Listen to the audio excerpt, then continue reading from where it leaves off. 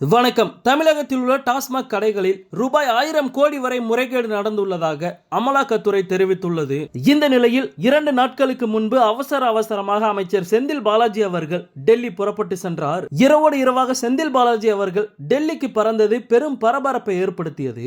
இந்த நிலையில் அவர் டெல்லியில் யாரை சந்தித்தார் என்பது பற்றிய தகவல் தற்போது வெளியாகி உள்ளது. அது பற்றிய முழு தகவலை இந்த வீடியோ பதிவுல தெளிவா பார்க்கலாம். தமிழகத்தில் முதலமைச்சர் மு.க. ஸ்டாலின் அமைச்சரவையில் அமைச்சராக இருப்பவர் செந்தில் பாலாஜி. மின்சாரம், மதுவிலக்கு மற்றும் ஆயத்தீர்வைத்துறையை செந்தில் பாலாஜி நிர்வகித்து வருகிறார். இந்த நிலையில் கடந்த மார்ச் 6ஆம் தேதி முதல் 3 நாட்கள் தமிழகத்தில் அமலாக்கத்துறை சோதனை நடத்தியது. சென்னையில் உள்ள டாஸ்மாக் நிறுவனத்தின் தலைமை அலுவலகம் மற்றும் மதுபான ஆலைகளில் இந்த சோதனை என்பது மேற்கொள்ளப்பட்டது.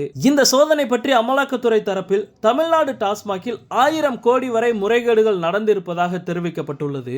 இது அமைச்சர் செந்தில் பாலாஜிக்கு தற்போது சிக்கலை ஏற்படுத்தி உள்ளது. மேலும் இந்த விவகாரத்தை பாஜக தீவிரமாக கையில் எடுத்துள்ளது. இந்த நிலையில் தமிழக அரசு மற்றும் செந்தில் பாலாஜிக்கு எதிராக பாஜகவினர் போராட்டம் நடத்தி வருகிறார்கள். பாஜக சார்பில் சென்னையில் உள்ள டாஸ்மாக் நிறுவனத்தின் தலைமை அலுவலகம் முன்பு முற்றுகை போராட்டம் நடத்தப்பட்டது. இதில் அண்ணாமலை உட்பட பல பாஜக தலைவர்கள் அதிரடியாக கைது செய்யப்பட்டனர். இந்த நிலையில் 2 நாட்களுக்கு முன்பு அமைச்சர் செந்தில் பாலாஜி அவர்கள் அவசரமாக சென்னையில் இருந்து விமானத்தில் டெல்லி புறப்பட்டு சென்றார். அன்றைய தினம் சட்டசபை கூட்டம் முடிந்தவுடன் செந்தில் பாலாஜி டெல்லி புறப்பட்டார். அதன் பிறகு அடுத்த நாள் அதிகாலையில் அவர் விமானத்தில் சென்னை திரும்பினார். இந்த ஒரு நாள் இரவில் டெல்லிக்கு செந்தில் பாலாஜி ஏன் சென்று வந்தார் என்பது பற்றிய பல்வேறு கேள்விகள் எழுந்தன. அது மட்டுமில்லாமல் செந்தில் பாலாஜியின் டெல்லி பயணம் பற்றி அதிகாரப்பூர்வமாக எந்த அறிவிப்பும் கிடையாது. டாஸ்மாக் மீது 1000 கோடி ரூபாய் முறைகேடு புகாரை அமலாக்கத்துறை வைத்துள்ள நிலையில் அவர் ரகசியமாக டெல்லிக்கு சென்று வந்தது பல்வேறு கேள்விகளை எழுப்பியது.